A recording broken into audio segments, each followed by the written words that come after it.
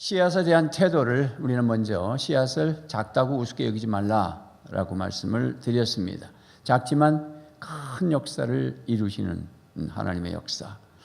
작지만 커지고 새들이 깃들고 적지만 풍성해지고 백배의 결실을 맺을 수 있고 약하지만 겨울을 지나 봄이 되면 싹이 틔어지는 것처럼 천을 이루고 만을 이루는 역사가 일어날 수 있습니다. 씨앗에 대한 나 자신에 대한 태도, 또 하나님을 향한 태도. 오늘 말씀에 보면 7절 말씀에 스스로 속이지 말라. 하나님은 업신여김을 받지 아니하시나니 사람이 무엇으로 심든지 그대로 거두리라 말씀하고 있습니다. 우리 스스로가 속으면 안 되고요. 우리가 스스로 속지만 나만 속는 게 아니라 하나님도 속이고 업신여기려고 하면 안 된다는 것입니다.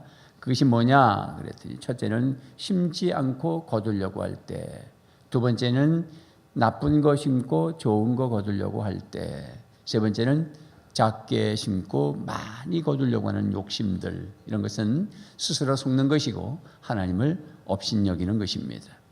여러분들이 지금 오늘 이 마지막 주일날 여기에 딱 앉아 계신데 여러분의 몸 상태, 영적인 상태, 가정, 또 경제적인 것 모두 종합적으로 과거에 심은 대로 오늘 거두고 앉아 계신 것입니다. 누구도 원망할 수 없습니다. 스스로 속았고 하나님을 업신여긴 결과일 수도 있고요. 잘 심으셨으면 하나님이 되게 하셨다라는 사실 앞에 감사하면서 살아야 되는 것입니다. 연말에 좋은 거 거둘 수 있으려면 우리는 좋은 씨앗을 심어야 됩니다. 8절 말씀에 보면 자기의 육체를 위하여 심는 자는 육체로부터 썩어질 것을 거두고 성령을 위하여 심는 자는 성령으로부터 영생을 거두리라 그랬습니다. 코미디언 이주일 씨가 폐암으로 소천하기 1년 정도 휠체어를 끌고 다니면서 산소호흡기를 코에다 꽂고 금연 운동을 하면서 그가 후회했던 것은 1년 전에만 담배를 끊었으면 좋았을 것을 그렇게 했다고 그럽니다. 처음에 많이 울었다고 그래요. 두렵기도 하겠죠. 심은 대로 거둔 거죠. 성령을 위해서 심는 자는 성령으로부터 영생을 거둔다. 참 우리에게는 잘 심을 수 있는 준비가 되어 있는 사람들입니다. 우리 안에 성령이 계십니다. 나 혼자만 생각하는 것이 아니라 성령께서 내 안에 오셔서 내 영과 더불어 대화하시고 나에게 성령의 소욕을 주시고 하나님이 무엇이 좋아하는지를 깨닫게 하시는 성령 하나님이 우리 안에 계시다는 사실이 우리에게는 큰 특권입니다. 잘 출발할 수 있고 잘 심을 수 있습니다. 성령께서 1차적으로 우리에게 좋은 씨앗을 주셨는데 그것은 오늘 예배드리는 이 주일날, 일주일 중에 첫날이죠. 안식구 첫날, 예수님이 십자가 지시고 부활하신 첫날, 이 주의 날에 예배드리는 것, 이 날이 하나님 앞에 우리가 잘 심는 날인 것입니다. 이 날은 하나님의 은혜로 살겠다는 신앙 고백입니다. 나는 하나님 없이 못 삽니다 라고 하는 꼭 말을 해서가 아니라 우리의 모든 삶을 여기다 투자하고 시간을 투자하고 시간, 물질, 건강까지 지금 피곤하고 또 사정상 어려운 환경이라도 오늘은 손꼽아 기다리고 옷을 세탁해서 놓고 내일을 깨끗한 걸 갈아입으면서 마음을 다스리면서 오늘 와서 이렇게 예배 드리면 하나님 앞에 가장 최고로 좋은 거 심는 것임을 믿으시기를 바랍니다. 하나님이 그러한 태도를 보고 내가 네 마음을 받았다. 너는 내 은혜 속에 살려고 애쓰는구나. 그래서 우리의 예배를 받으시고 또 우리는 이 주일날 끊임없이 사람을 살려내고 섬기고 봉사하는 것은 다 구속사를 이루는 것입니다. 사람 살리는 일인 것입니다. 신방하고 또 전화도 하고 목장수를 돌아보는 것, 이 날이 주의 날인 것입니다. 두 번째는 하나님 앞에 우리의 성령에 감동되는 대로 가장 먼저 하나님 앞에 드려야 될 것들이 뭐냐? 11조라고 말씀드렸습니다. 1이라고 하는 것, 10분의 1은 산술적인 10분의 1이라고 하는 의미보다 더 중요한 것은 1은 하나님의 것이다. 첫 것은 하나님의 것이다. 대표성이라고 말씀을 드렸습니다. 하나님 앞에 우리가 너무 감사한 것은 생명도 하나님의 것이요 시간도 하나님의 것이요 우리가 죽고 사는 것이 다 하나님에게 달려 있는데 하나님은 우리에게 열을 주시고 그 다음에 하나를 받으시면서 대표로 하나를 뽑아서 받으시면서 다 받았다고 생각하시겠다고 하는 겁니다. 얼마나 감사합니까? 근데 그것마저 도둑질하니까 말라기에서 하나님이 분노하시면서 너희들의 예배를 받지 않겠다. 성전 지기가 있다면 문을 닫도록 하겠다. 구역질이 난다. 이렇게까지 표현하셨습니다. 내 것을 도둑질하면서 어찌 나에게 돌아오지 않고 있느냐고 도전하셨습니다. 여러분, 하나님이 돈이 모자라서 하시는 것이 아니라 하나님이 나에게 다 주고 나서 대표로 하나 주는 고백을 받고 싶은데 그 하나 정도도 다 먹겠다고 설치는 자기 백성을 보면서 진노하신 것입니다. 11제는 하나님과의 거래가 아닙니다. 내 것 중에 하나를 바쳐서 하나님 것이라고 바친다, 그런 정신도 아닙니다. 내 것은 없습니다. 하나님이 돈 벌게 했고, 하나님이 직장 다니게 했고, 하나님이 사업하게 했고, 하나님이 오늘도 눈뜨게 하셨음을 믿으시기를 바랍니다. 그 중에 하나를 바치면서 하나님 내가 다 바쳤습니다 라고 그렇게 생각하라고 하는 그 11조만큼도 고백적으로 드리지 못한다면 하나님을 업신여기는 것이고, 당신이 이 다음에 잘 되리라고 하는 것은 스스로 속는 것이라 말씀하신 것입니다. 그래서 11조를 철저하게 드리셔야 합니다. 세 번째는 목사님을 섬기는 것도 좋은 씨앗을 심는 것입니다. 6절 말씀, 오늘 본문 말씀 6절 보겠습니다. 같이 한번 본문을 6절 읽을까요? 시작.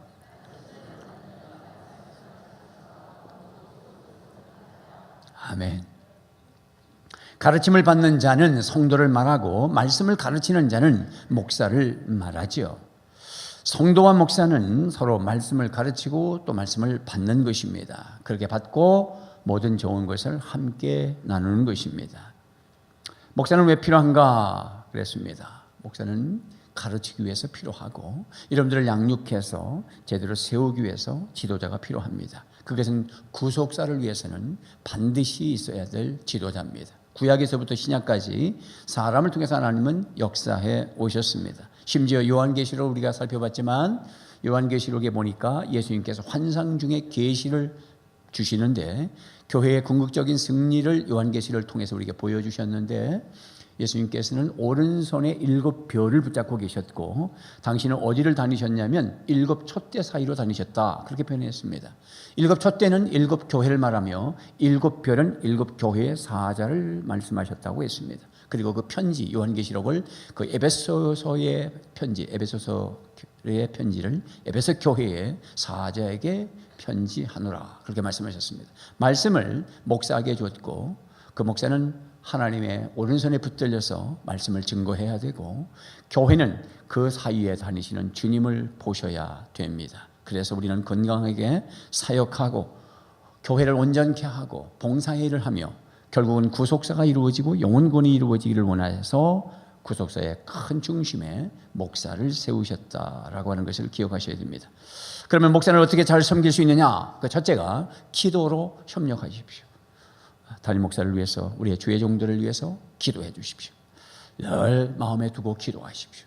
축복을 빌고 나에게 유익한 하나님의 지도자가 되게 하소서. 목사를 통해서 내가 은혜를 받게 하소서. 내가 세움을 입고 구속사를 이루고 복을 받게 하소서. 늘 그렇게 기도하십시오. 두 번째는 물질로 도우십시오.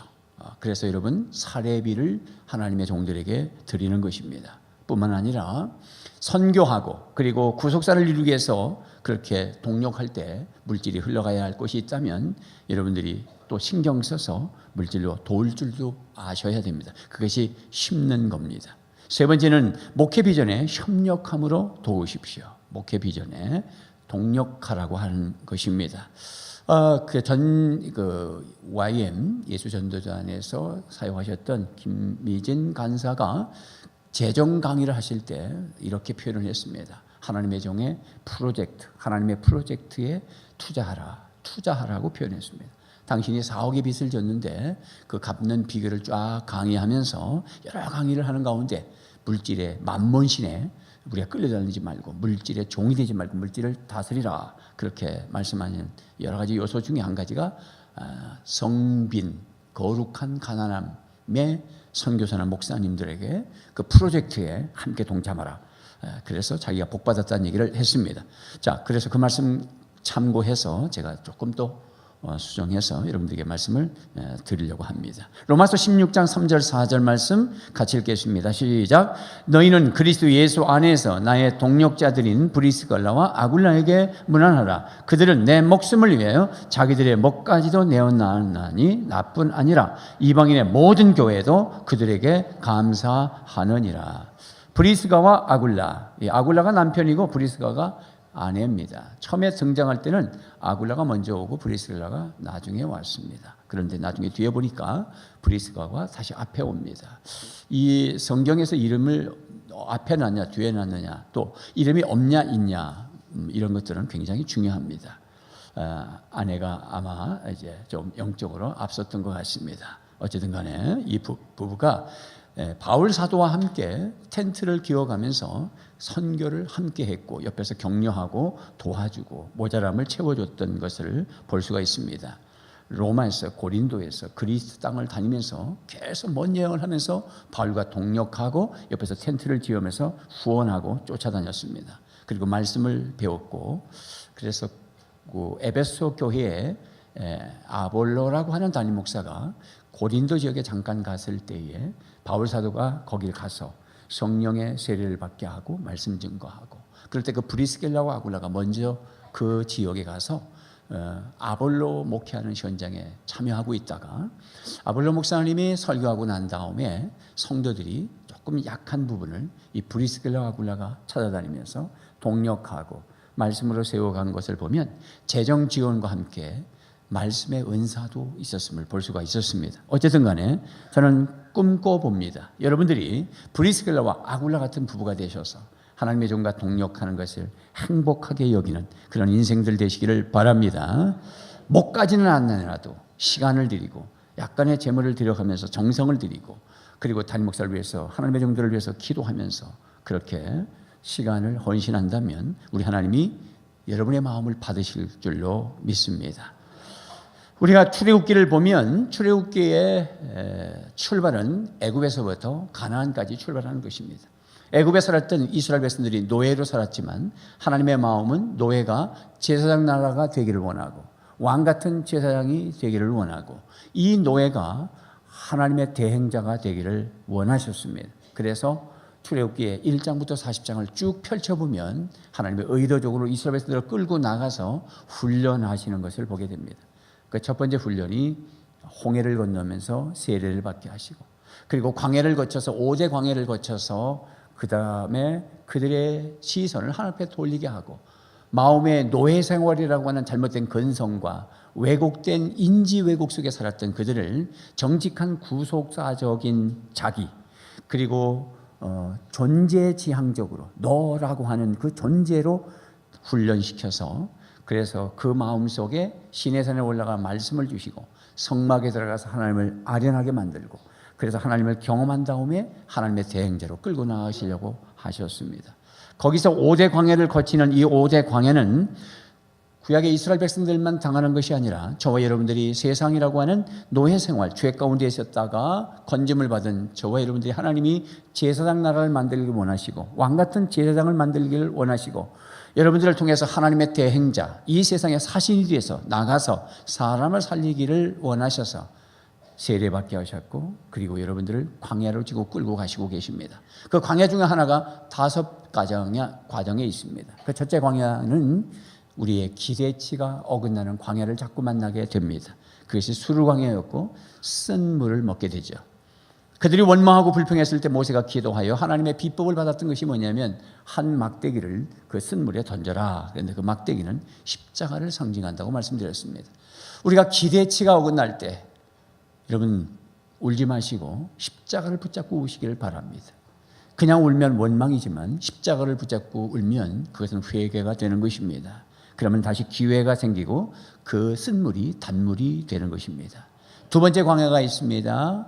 그 두 번째 광야는 양식이 떨어지는 것이었습니다. 이집트에서 애굽에서 가지고 나온 양식이 다 떨어졌습니다. 그들이 울부짖을 때 또 모세가 기도하니 하나님은 만나를 내리기 시작했습니다. 하늘에서 먹을 걸 주었습니다. 하늘에서 햄버거가 내렸습니다. 하나님께서 전자오븐에 넣어서 데펴 먹지 않아도 될 양식 그대로 입에 넣으면 살살 녹는 만나를 주셨습니다. 몇 년 줬냐? 38년을 줬습니다. 우리의 시선을 하나님 앞에 돌리라고 하는 것입니다. 과거에 이집트에서 바로 왕이 줬던 양식이 아니라, 세상이 주는 것이 아니라 하나님이 주신다는 사실을 우리에게 그토록 가르치고 싶으셨습니다. 여러분들이 지금 경제 문제가 있습니까? 그렇게 문제가 생기면 그 문제를 직시하게 되죠. 배고프면 밥 먹고 싶은 것이고. 그런데 하나님은 시선을 하나님 앞에 돌리라고 가르쳐 주셨습니다. 하나님이 공급하시는 것입니다. 이제부터 하나님이 되게 하시는 것입니다. 하나님이 살게 하셔야 사는 것입니다. 그래서 우리의 시선을 하나님 앞에 돌리라고 38년 동안 훈련하신 것입니다. 경제 문제가 있습니까? 하나님을 바라보십시오. 그런데 만나는 뭡니까? 만나는 말씀입니다. 사람이 떡으로만 사는 것이 아니에요. 하나님의 입으로 나오는 말씀으로 살아야 된다고 주님이 말씀하셨습니다. 그게 만나 사건을 인용하신 것입니다. 아니, 경제 문제가 어려운데 말씀 보면 돈 나오는가? 말씀 안에 답이 있습니다. 말씀에 하나님을, 인격을 만나고 하나님을 음성을 듣게 되고 하나님의 비법을 받게 되고 말씀의 약속대로 하나님이 주신다는 사실을, 그것을 믿으셔야 우리는 허리를 펼 수 있고 얼굴을 필 수가 있는 것입니다. 오늘도 하나님이 주시는 줄로 믿으시기를 바랍니다. 그 광야를 통과하셔야 됩니다. 세 번째 광야가 있습니다. 세 번째 광야가 르비딤 광야였습니다. 그 광야에 갔더니 다시 목마르기 시작했습니다. 그들이 아우성치고 울부짖을 때 모세가 기도하여, 하나님의 비법이 뭐였습니까? 반석을 쳐서 물을 먹여라. 고린도전서 10장에서 그 반석은 그리스도라고 그랬습니다. 예수 그리스도를 통해서 생수의 강, 생수를 마셔야 우리가 목마를 때, 인생이 드라이할 때, 인생이 공허할 때, 나이가 한 50점부터 쭉 이제 늙어가면 사람이 공허하기 시작하죠. 인생이란 뭔지 허무하기 시작하고, 해놓은 건 아무것도 없고, 자식들은 곁에서 떠나기 시작하고, 그럴 때 우리는 다시 주님의 생수를 마셔야 견딜 수가 있습니다. 세상이 나를 만족하게 만들어주지 않습니다. 여행을 좀 다닌다고, 옷을 좀 상전 사입지 않다가 새 옷을 사입는다고 만족할 수 없습니다. 우리 속에는 그리스도의 영, 성령의 충만함으로 이길 수 있음을 주님이 가르쳐 주신 것입니다. 공허할 때 산으로 들러가려고 하지 마십시오. 잠깐은 유익하지만 영원하지는 않습니다. 생수를 마시십시오. 네 번째 광야가 여전히 르비딤이 있는데, 인생길 걸어가니 아말렉이 쳐들어왔습니다. 아말렉이 힘들게 합니다. 사람이 힘들게 합니다. 사람 왼수가 덤벼듭니다. 그 왼수가 가정에 있을 수도 있고, 직장에 있을 수도 있고, 목장에도 있을 수도 있고, 교회에도 있을 수도 있고, 사업터에도 있을 수도 있습니다. 우리는 그런 광야 앞에 몸부림치죠. 사람이 싫어지고, 사람이 전절머리가 나고, 사람 헛기침 소리만 들어도 놀래는 트라우마가 생겨서 아말렉 때문에 고통당할 때 울부짖으니 하나님이 어떻게 말씀하셨습니까? 모세가 기도하고 아론과 훌이 협력하여 기도하여 그 아말렉을 이겼습니다. 아말렉이 누구냐보다 중요한 것은 아말렉을 처신하는 내가 어떻게 살아야 되느냐가 중요합니다. 기도하시기를 바랍니다. 모세가 되시기를 바랍니다. 아론과 훌이 되시기를 바랍니다. 의외로 사람 때문에 눈물 흘릴 때 다 떠난 것 같아도 기도하는 사람이 옆에 옵니다. 믿음의 사람이 옆에 옵니다. 생전 만나지 않았던 훌이라는 사람, 이름도 몰랐던 사람이 모세 옆에 등장했습니다. 모세의 팔을 드니 아말렉에게 무찔릴 수 있었습니다. 여기에서는 사람이 중요하다는 것입니다. 사람 때문에 마음이 아프면 사람이 싫지만 사람이 중요하다는 사실을 깨닫는 시간이 광야입니다. 사람하고 못 살면 둘 중에 하나입니다. 죽든지 다시 내가 사람을 좋아하게 되든지. 우리는 사람을 좋아해야 합니다. 사람 때문에 상처받았다고 사람을 떠나지 마시고, 또 다른 사람이 나에게 오고 있음을 기다리시고 그 사람과 함께 협력해서 기도하여 가정교회를 이루고 아말렉을 이기고 구속사를 이기고 가나안 땅을 정복하시기를 바랍니다. 그러면 다 된 줄 알았더니 다섯 번째 광야가 있습니다. 그 광야가 시내 광야입니다. 모세를 좀 만나고 싶고 모세를 좀 어드바이스 듣고 충고도 받고 신방도 받고 싶은데 200만이 모세를 향하여서 덤벼드는데 모세 혼자는 감당할 수가 없습니다. 하루 종일 앉아서 신방하고 상담해도 200만을 처리하기는 무리였습니다. 백성들은 끊임없이 원망하고 불평했고 리더십에 대해서 불평했고 모자람에 대해서 불평했고 왜 목사님은 관심 있는 사람만 만나고 왜 목사님은 더 잘 사는 사람만 찾아가는 것 같고 왜 목사님은 나를 외면하냐고 부르짖는 것이 현장이 신의 왕이었습니다.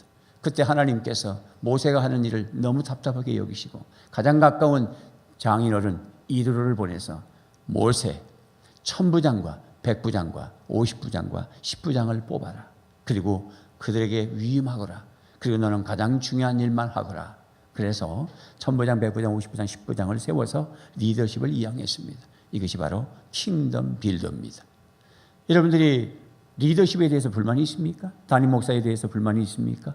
제가 신인이 아닌 이상 여러분의 2000여 명의 마음을 다 흡족하게 맞출 수는 없을 것입니다. 여러분들이 불만이 있을 때 그 불만이 광야입니다. 어떻게 해결하겠습니까? 여러분들이 1000부장이 되십시오. 100부장이 되십시오. 50부장이 되십시오. 10부장이 되십시오.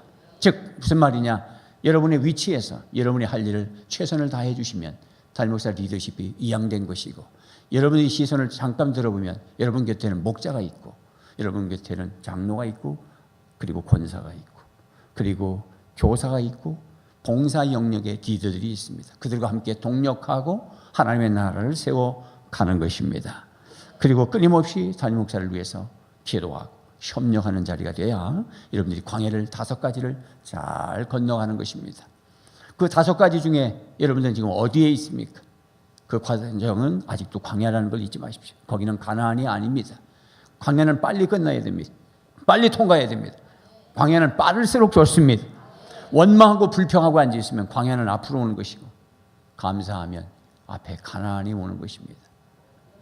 따라합시다. 원망하면 광야가 앞에 있고 감사하면 가나안이 온다. 그래서 하나님의 대형자로 하나님의 왕 같은 제사장으로 쓰임 받으시기를 바랍니다. 자, 담임 목사의 목회 비전은 하나님의 나라 부속사를 이루는 것입니다. 그것은 곧 주님의 비전입니다. 예수님께서 오른손에 7별을 잡으셨듯이 주님이 저를 잡고 쓰기 때문에 저는 하나님 앞에 기도하고 하나님이 원하시는 것이 무엇인지를 놓고 그리고 단순하게 몇 가지를 붙잡고 여기까지 왔고 앞으로도 갈 것입니다. 그 중심이 바로 하나님의 나라입니다. 구속사입니다. 영혼군의 제자 삼는 것입니다. 즉 빵과 복음으로 사람 살리는 것입니다. 빵과 복음은 변질되지 않고 영원합니다. 그러나 빵은 부족합니다. 빵은 여러분들이 직장생활하고 사업하셔서 헌금하는 것으로 만들어내는 것입니다. 그래서 빵이 필요한 것입니다. 빵을 우리는 나눠줘야 합니다. 교회가 왜 존재하느냐? 영혼군의 제자 삼는 걸 위해서 존재합니다. 그거는 본질입니다. 그 사람을 살리기 위해서 이제 영혼군을 하기 위해서 현장에 나갔더니 그 사람은 겉사람과 속사람이 있습니다. 겉사람은 육체요, 속사람은 영혼인 것입니다. 겉사람은 양식이 필요하고 속사람은 말씀이 필요한 것입니다. 세상 사람들은 복지를 통해서 겉사람 빵을 공급합니다. 그러나 세상 사람들은 복음을 줄 수는 없습니다. 우리는 빵도 줄 수 있지만 복음도 줄 수 있습니다. 그래서 대한민국의 마지막 비전 그리고 희망, 소망은 현직 대통령이 아니라 교회인 줄 믿으시기를 바랍니다. 대통령을 욕하지 마시고 기도하십시오. 대통령이 사람입니다. 그 사람의 해결책이 없습니다. 해결책은 교회를 통해서 해결하시려고 이미 130여 년 전에 여기 한국교회를 세우셨음을 믿으셔야 합니다. 교회가 재구시를 못하기 때문에 세상 사람들이 교회를 향해서 돌팔매질을 하고 있습니다. 만약에 우리 은한교회가 재구시를 못하면 여전히 우리는 비난받아 마땅한 것입니다. 우리가 헌금한 돈, 우리가 잘 먹고 관광이나 다니고 그 여러 가지로 소모하고 에너지를 소비한다면 교회는 망하는 것입니다. 우리가 지금 비전이 있지만 그래도 우리가 세상을 위해서 해야 할 일이 있는 것입니다. 그래서 저는 28년 동안 은한교회에 있지만 끊임없이 세상을 향해서 나누려고 애써 왔습니다. 구제를 했고 또 어린아이들 지역아동센터를 운영해서 여기까지 왔고 또 다문화 복지를 만들어서 다문화 가정을 세웠고 교회 시설들을 개방을 했고 끊임없이 빵을 나눠줬습니다. 여러분 장림여중 운동장 쓰는 거 저거 1년에 장학금을 줘서 쓰는 것입니다. 그래도 하나님께서 저렇게 운동장을 주차장으로 쓸 수 있도록 불신자 교장이 와도 그들의 마음을 움직여서, 요즘은 민원이 우상이고 민원이 최고인데, 토요일 날이나 주일 날 이렇게 세상 이웃 사람들이 공도 좀 치고 운동도 하고 싶은데 민원을 넣어도 교장 선생님이 까딱도 하지 아니하고 은한교회 운동장을 빌려주는 것은 하나님이 보상해 주는 것을 믿으셔야 합니다. 우리가 끊임없이 나눴습니다. 그중에 얼마 전에 복지관을 우리에게 또 선물로 주셨습니다. 저는 늘 200억을 달라고 기도했는데 제가 어느 날 깜짝 놀랐습니다. 200억을 이렇게 주셨나 보다, 그런 생각을 했습니다. 제가 200억을 주면 어떻게 하겠는가 하는 것을 가지고 달래 했었는데, 그것이 구속사고 빵과 봉으로 사람 살기를 원했고, 복지관 하나 만들어서 정말 이웃을 위해서 펼쳐 보이고 싶어서 200억 달라고 했는데, 며칠 전에 제가 말씀 준비하면서 깜짝 놀랐습니다. 900복지관을 저에게 주셨는데 제가 보니까 200억, 토지와 건물과 1년 예산이 약 18억 정도가 됩니다. 직원 20명을 주셨습니다. 5년 10년만 하면 재정은 시로부터 200억을 받은 것이고 재산이 그냥 왔습니다. 하나님이 우리에게 사용하라고 주셨습니다. 아멘 하시기를 바랍니다. 그런데 놀라운 사실은 그 누구도 저한테 목사님 복지관 받아서 너무 감사해요 라고 하는 말을 할 줄 모르고 걱정만 하고 있다는 사실을 발견했습니다.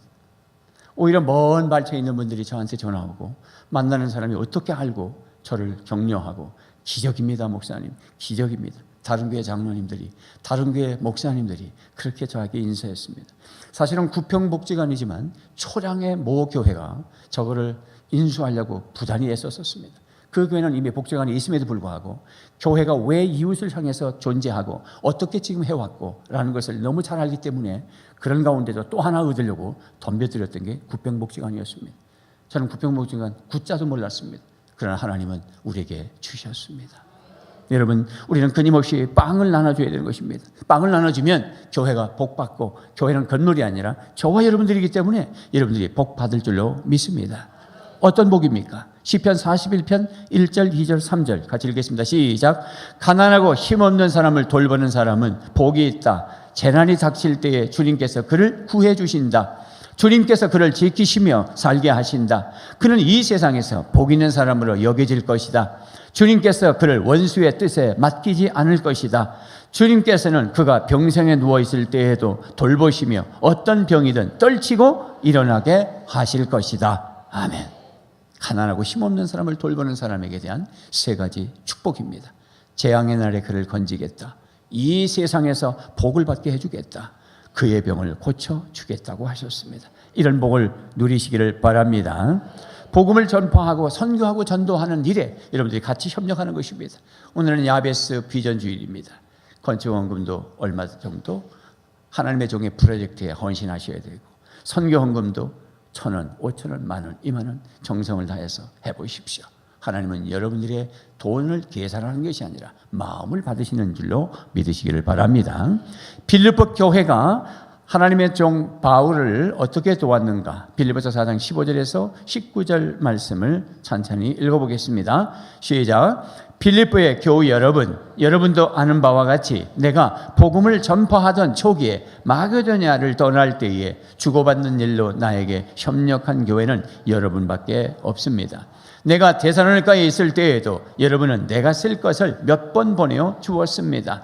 나는 선물을 바라지 않습니다. 나는 여러분의 장부에 유익한 열매가 늘어나기를 바랍니다.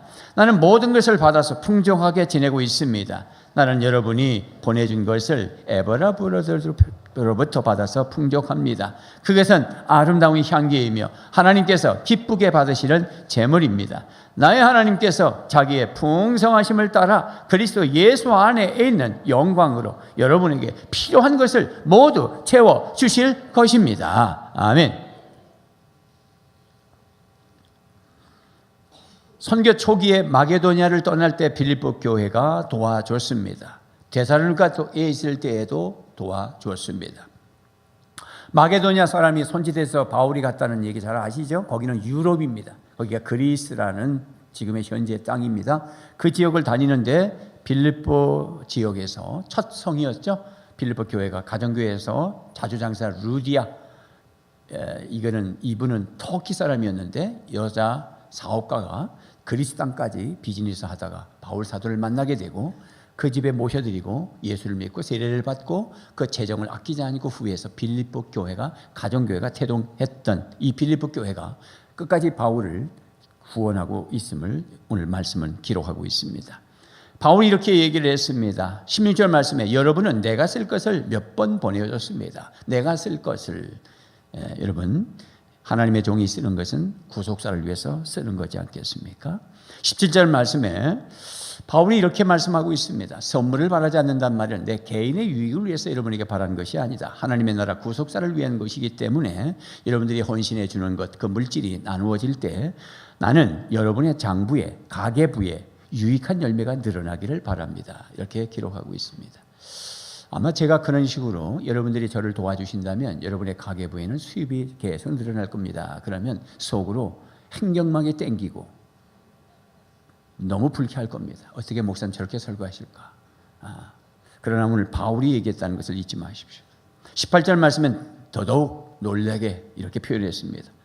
나는 모든 것을 받아서 풍족하게 지내고 있습니다. 나는 여러분이 보내준 것을 에바브로디도로부터 받아서 풍족합니다.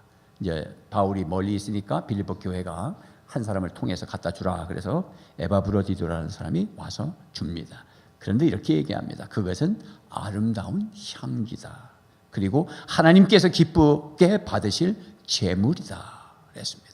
여러분들이 하나님의 종에게 건네진 예물이든지 선교비라든지 또 제가 어디 나갈 때 선교 후원을 한다든지 하는 것은 하나님이 향기로 맡으시고 제물로 받으셨다. 그렇게 표현하고 있습니다. 그러면서 19절에 바울은 이렇게 또 축복합니다. 나의 하나님께서 자기의 풍성하심을 따라 그리스도 예수 안에 있는 영광으로 여러분에게 필요한 것을 모두 채워주실 것을 확신합니다.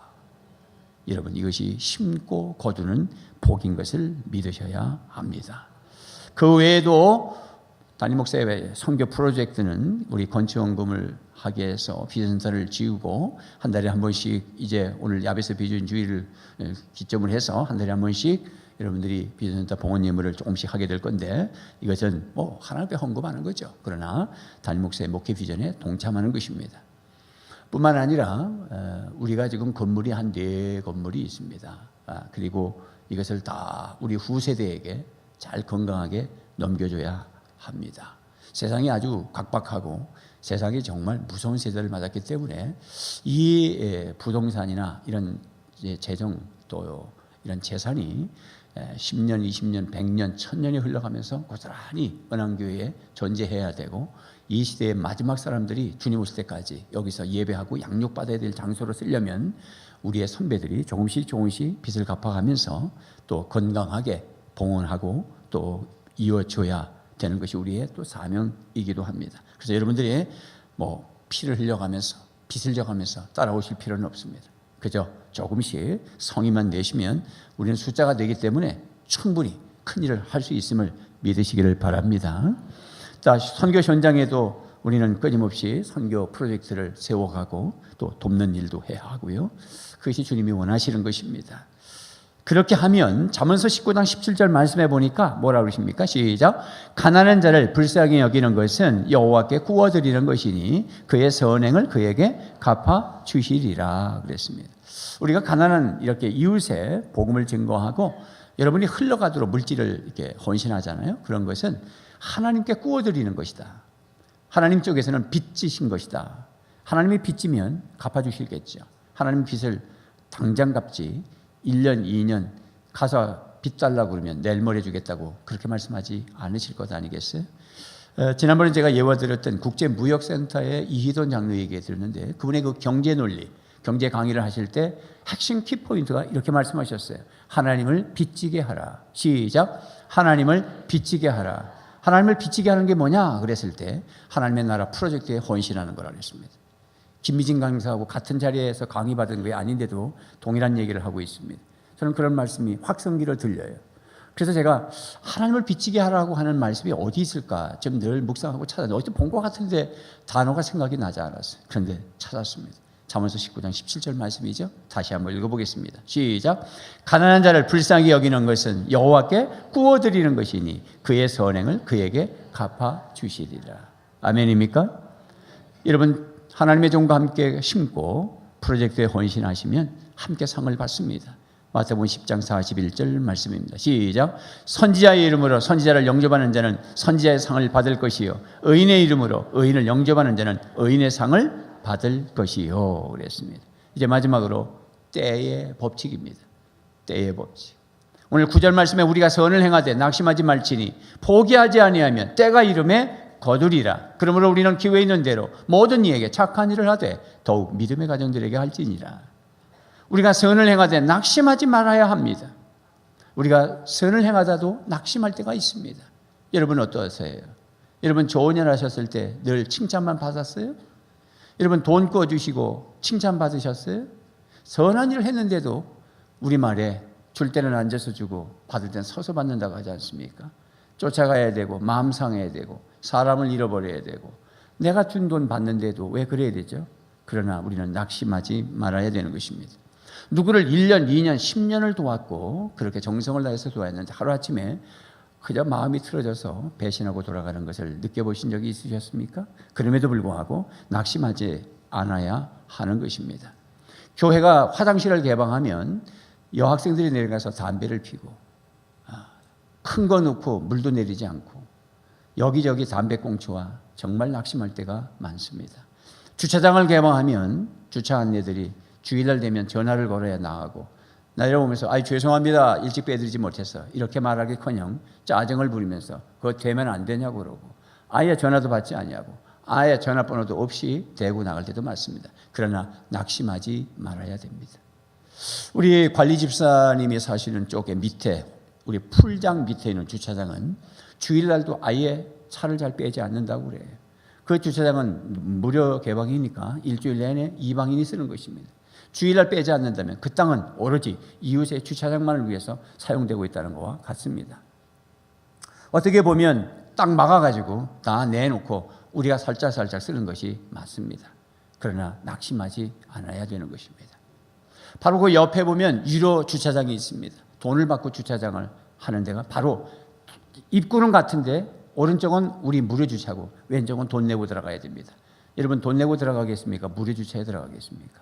무료 주차에 들어오겠죠. 그러면 돈 받는 사람의 입장은 속이 상하겠죠. 그런데 그분이 이렇게 얘기했다고 그럽니다. 차가 들어오면 저 오른쪽에 은항교회 주차장이 무료 주차장이니까 저기 되십시오. 자기가 돈 받는 사람이 그렇게 했다고 얘기했습니다. 목사보다 낫고 교회보다 낫지 않습니까? 제가 만약에 철로다가 가린다면 그 사람만도 못한 것입니다. 세상 사람들도 선한 일을 그 주차해서 돈 1,000원짜리 2,000원 받아서 그 땅 세 얻어가지고 그 운영해봐야 몇 푼 남겠습니까? 저녁에 춥게 해서 집에 들어가서 돈 몇 푼 세우면서 장부에 정리하는 그런 하루하루 벌어 사는 사람이 옆으로 무료 주차하는 데로 들어가라고 말했다면 그 사람 마음은 넉넉한 사람인 것입니다. 물질이 있어서 부자가 아니라 마음이 부자인 것입니다. 우리가 예수 믿는 사람이 그렇게 해야 되는 것입니다. 때가 되면 때가 이르면 반드시 거둡니다. 그래서 우리는 때를 기다리셔야 합니다. 포기하지 아니하면 때가 이름에 거두리라. 포기하지 말아야 되는 것입니다. 다 때가 되면 거둘 때가 있는 것입니다. 전도서 3장 1절에서 12절 군데군데 생략했지만 같이 읽겠습니다. 시작.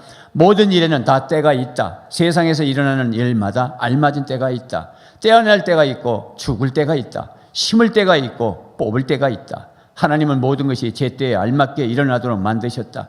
더욱이 하나님은 사람들에게 과거와 미래를 생각하는 감각을 주셨다. 그러나 사람은 하나님이 하신 일을 처음부터 끝까지 다 깨닫지는 못하게 하셨다. 이제 나는 깨닫는다. 기쁘게 사는 것, 살면서 좋은 일을 하는 것, 사람에게 이보다 더 좋은 것이 무엇이랴. 아멘입니까? 예, 그렇습니다. 앞으로도 끝까지 끊임없이 우리 은항교회는 나눌 것입니다. 빚이 조금 있다고 위축당하지 않을 것입니다. 세상 사람들이 교회를 향해서 울부짖고 있습니다. 제 구실을 좀 해달라고. 우리는 안으로가 아니라 밖으로 손을 뻗쳐서 나눠야 되는 것입니다. 주님 오실 때까지. 야고보서 5장 7절 8절 말씀 시작. 그러므로 형제자매 여러분, 주님께서 오실 때까지 참고 견디십시오. 보십시오. 농부는 이른 비와 늦은 비가 땅에 내리기까지 오래 참으며 땅의 귀한 소출을 기다립니다. 여러분도 참으십시오. 마음을 굳게 하십시오. 주님께서 오실 때가 가깝습니다. 아멘입니까? 그래서 말씀 들어보니 내가 잘못한 게 있구나. 잘못한 게 있다고 깨달으면 복받은 심령입니다. 그래서 농사 짓고 잘못 심으면 갈아엎지 않습니까? 배추도 갈아엎고 무도 갈아엎는 거 봤습니다. 수지태산이 맞지 않으니까 현장에서 갈아엎는 거죠. 우리가 생각해 보니 잘못 심었구나. 갈아엎으면 되는 것입니다. 에르미야서 4장 3절, 호세아서 10장 12절 읽겠습니다. 시작. 참으로 나 주가 말한다. 유다 백성과 예루살렘 주민아, 가시덤불 속에 씨를 뿌리지 말아라. 묵은 땅을 갈아엎고서 씨를 뿌려라. 정의를 뿌리고 사랑의 열매를 거두어라. 지금은 너희가 주를 찾을 때이다. 묵은 땅을 갈아엎어라. 나 주가 너희에게 가서 정의를 비처럼 내려주겠다. 아멘. 갈아엎으십시오. 다시 회개하고 좋은 거 뿌리십시오. 눈물을 흘리며 뿌리십시오. 언젠가 기쁨으로 거두게 될 줄로 믿습니다. 시편 126편 5절 6절 시작. 눈물을 흘리며 씨를 뿌리는 자는 기쁨으로 거두리로다. 울며 씨를 뿌리러 나가는 자는 반드시 기쁨으로 그 곡식단을 가지고 돌아오리로다. 아멘. 기도하겠습니다.